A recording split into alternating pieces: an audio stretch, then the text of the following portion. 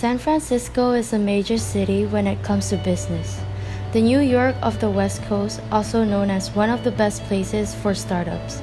But startups are not only the only businesses here in San Francisco.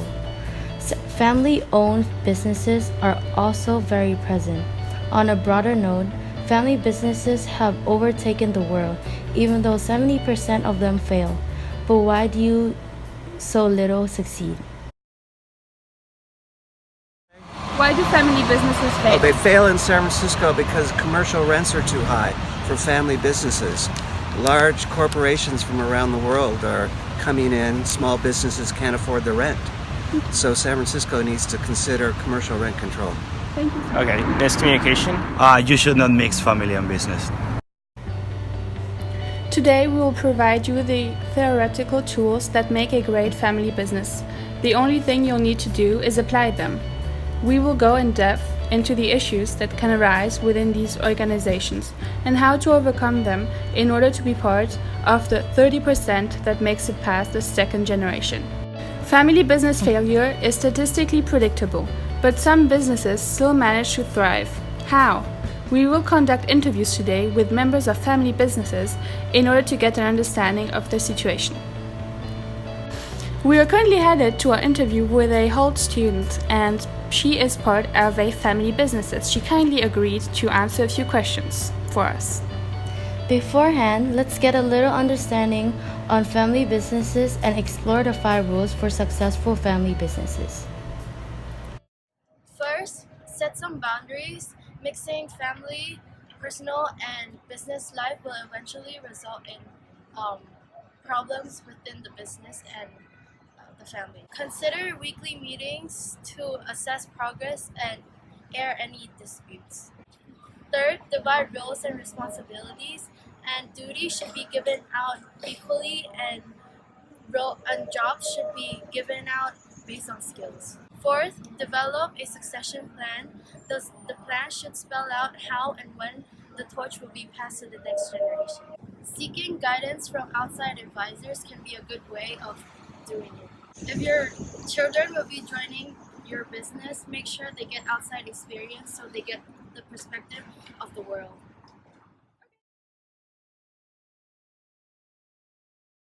Thank you for taking time for our interview. My pleasure.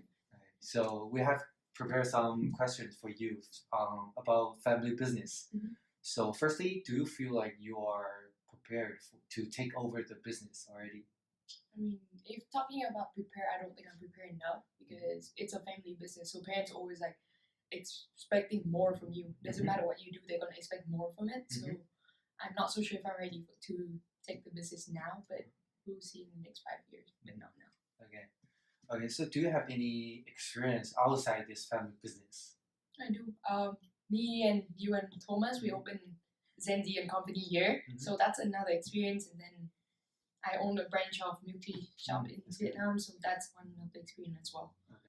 So how did your family prepare for your succession?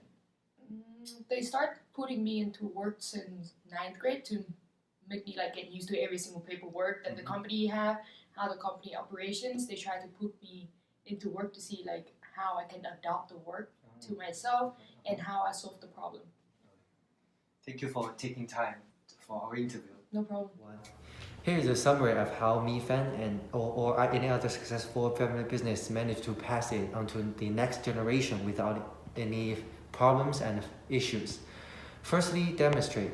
Spend time with individual a couple of hours a week and then create an individual development plan to look at areas where he or she has some weaknesses. Secondly, education. Monthly and regular workshops allowing them to pass their skills and learn about the future while keeping up with the present technologies and techniques. The last one is exposure. Start small. Next time you are out of office for a few days, put them in charge of the business. In your absence, they will make some decisions and get a taste for your job, lead to successful in the role. Let's head to our next interview. Family businesses are widely seen as the backbone of the economy, providing wealth for the nation. Yet, there is also a darker side, including family conflicts. Is it possible that family businesses have more chances of success in some countries? The biggest factor in the success or failure of a family business is the relationship between family members, creating a unique set of problems that do not arise in traditional businesses. Good afternoon, Professor Isabel. Thank you for agreeing our request. And we have 3 questions to ask. Shall we start? Yes, please. Okay. Our first question is, as a teacher of family businesses course here, what would you say is the biggest reason for their failure? Of a family business? Yeah. I would say lots of reasons, but the most common one is mismanagement of conflict, where, and it goes at both extremes. It's either not enough conflict, too much conflict. Often across generations, people will start disagreeing on the direction of a firm, on whether they want to be involved in the business, on who's in charge. So, and because it's a family business and you carry it back home after you're out of business, it gets very emotional and it can get very toxic very quickly.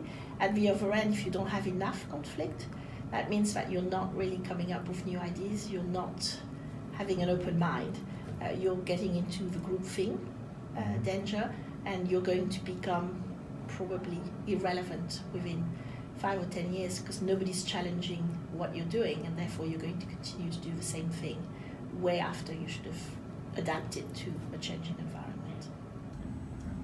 And our second question is, what is the most important step they have to take in order to avoid failure? So 2 easy things to start, a little bit harder implementing. One is engaging discussions. So finding a way on a regular basis to have ongoing discussions about all these issues that you're fighting about. And then the second piece is having a good governance mechanism. In other words, don't wait until it gets to the conflict stage before you start deciding what are the rules for agreement, what are the rules for decisions, what are the rules for joining a family business. And final question is, what role does the culture play in family businesses? It's a major role, really. It's in 2 ways. One, because in a family business, it's personal. So culture is going to, of course, play a much bigger role if the family, the business, and the shareholding is intertwined. And then the second piece is expectations of what a family business is about and what succession should look like is highly contextualized in cultures. In the Middle East, for example, you don't talk about succession because you can't start discussing the leader of a family business passing. Whereas in other countries, like in the US, most family businesses don't define themselves as family businesses because they're worried that the perception on the outside will be that they're mismanaged, too small, not ambitious enough, not innovative. So they don't even define themselves as a family business. So each culture relates to the business itself in a different way. To sum up, here are some quick suggestions for family businesses on the failure. First one, start business succession planning early in order to communicate everything to the next generation. Second task, look at your family realistically and plan accordingly. If you don't have any talents in your family, don't bother using family members. Third one, train your successors and work with them. And last but not least, get outside and get help for your business if family members are not enough. Thank you. We're Team 11. Thank you for watching. I hope you enjoyed. Have a nice day. Thank you.